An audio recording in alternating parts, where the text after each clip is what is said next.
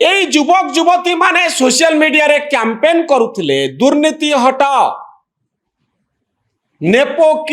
নেপোকিড অর্থাৎ যে বাপা বড় তাଙ୍କ পুଅ ଝିଅ ମାନେ ବଡ଼ ହେଇଯାଉଛନ୍ତି, ଏମାନଙ୍କର କିଛି ଯୋଗ୍ୟତା ନାହିଁ। ବାପା ମାନେ ବ୍ୟବସ୍ଥାକୁ ଲୁଟୁଛନ୍ତି, ନେତା ମାନେ ବ୍ୟବସ୍ଥାକୁ ଲୁଟୁଛନ୍ତି, ମନ୍ତ୍ରୀ ମାନେ ବ୍ୟବସ୍ଥାକୁ ଲୁଟୁଛନ୍ତି, କରପସନ କରୁଛନ୍ତି। ତାଙ୍କରି ଟଙ୍କାରେ ପୁଅ ମାନେ ଏଇଭଳି ଅୟସପୂର୍ଣ୍ଣ ଜୀବନ ଜିଉଛନ୍ତି। ଫରେନ୍ ଯାଉଛନ୍ତି, ଫରେନ୍ରେ ହଲିଡେ କରି ଫଟୋ ଲଗାଉଛନ୍ତି, ଭିଡ଼ିଓ ତିଆରି କରୁଛନ୍ତି, ଆଉ ଆମମାନଙ୍କ ଜୀବନରେ କିଛି ଘଟୁନାହିଁ।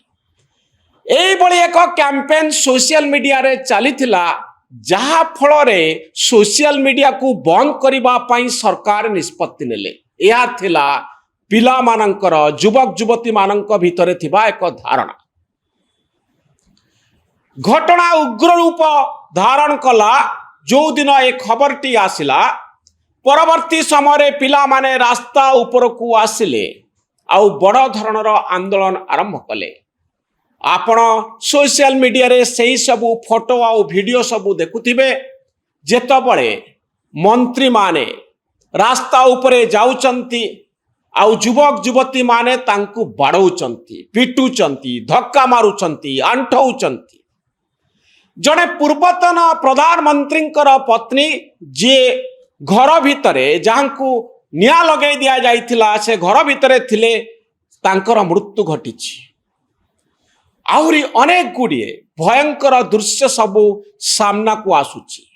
ଥରେ ଇମାଜିନ୍ କରନ୍ତୁ, ଥରେ କଳ୍ପନା କରନ୍ତୁ, ଯେଉଁ ବ୍ୟକ୍ତିଙ୍କର ନାଁ ଖବରକାଗଜରେ ବାହାରୁଥିବ, ଟିଭି ଚ୍ୟାନେଲରେ ଯାହାଙ୍କର ବାଇଟ୍ ନିଆଯାଉଥିବ, ଯାହାଙ୍କୁ ନେଇ ସୋସିଆଲ ମିଡ଼ିଆରେ ଚର୍ଚ୍ଚା ହେଉଥିବ, ଆଉ ହଠାତ୍ ସକାଳୁ ଆପଣ ଦେଖୁଥିବେ ତାଙ୍କୁ ବାଡ଼େଇ ବାଡ଼େଇ ଲୋକମାନେ, ପିଲାମାନେ ରାସ୍ତା ଉପରେ ଚଲାଉଛନ୍ତି।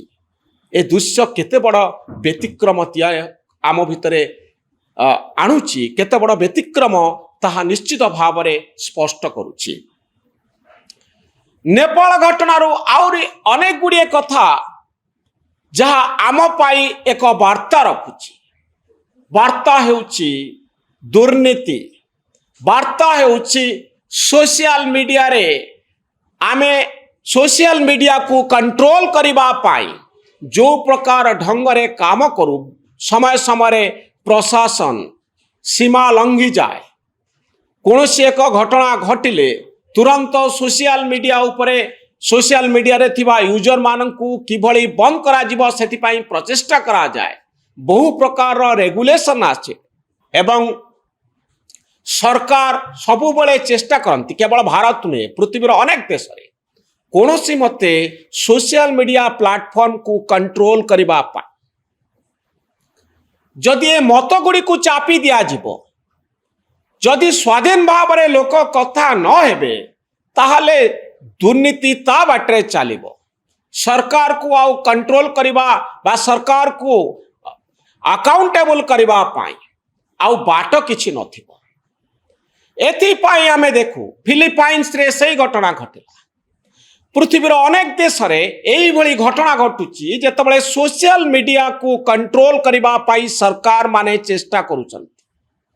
ଆଉ ନେପାଳ ହେଉଛି ତାର ଏକ ଉଦାହରଣ। ଯେତେବେଳେ ସୋସିଆଲ ମିଡ଼ିଆ ପ୍ଲାଟଫର୍ମକୁ କଣ୍ଟ୍ରୋଲ କରାଗଲା, ସେତିକି ବେଳେ ପିଲାମାନେ, ଯୁବକ ଯୁବତୀ ମାନେ ରାସ୍ତା ଉପରକୁ ଆସିଲେ ଆଉ ଏଇଭଳି ହିଂସ୍ର ରୂପ ନେଲା, ଯେଉଁଥିରେ 22 ଜଣଙ୍କର ମୃତ୍ୟୁ ହେଇସାରିଲାଣି। ଆଉ ଗୋଟିଏ ପ୍ରଶ୍ନ ଯେ କାହିଁକି ଏଇଭଳି କ୍ଷୋଭ ସୃଷ୍ଟି ହେଲା, ରାଗ ସୃଷ୍ଟି ହେଲା? ତାର କାରଣ ହେଉଛି ନେପାଳରେ 4 ଜଣରେ ଜଣେ ହେଉଛନ୍ତି ଗରିବ। ନେପାଳୀ ମାନେ ପୃଥିବୀର ଅନେକ ଦେଶରେ, ଏପରିକି ଭାରତରେ କମ୍ ଟଙ୍କାରେ ଚାକିରି କରନ୍ତି। ସେତିକି ମିନିମମ୍ ଆମାଉଣ୍ଟ, ଅଳ୍ପ ଟଙ୍କା ତାଙ୍କ ଦେଶରେ ମିଳେ ନାହିଁ, କାରଣ ଚାକିରି କରିବାର ସୁଯୋଗ କମ୍ ଥାଏ।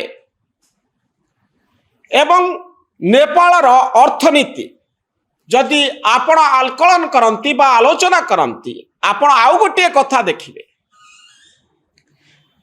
ଟୋଟାଲ ଗ୍ରସ୍ ଡୋମେଷ୍ଟିକ ପ୍ରଡକ୍ସନକୁ ଯଦି ଆପଣ ବିଚାରକୁ ନେବେ, ତାର 1/3 କେବଳ ବିଦେଶରୁ ଆସୁଥିବା ଟଙ୍କାରେ ଅର୍ଥନୀତି ସମୃଦ୍ଧ ହୋଇଥାଏ।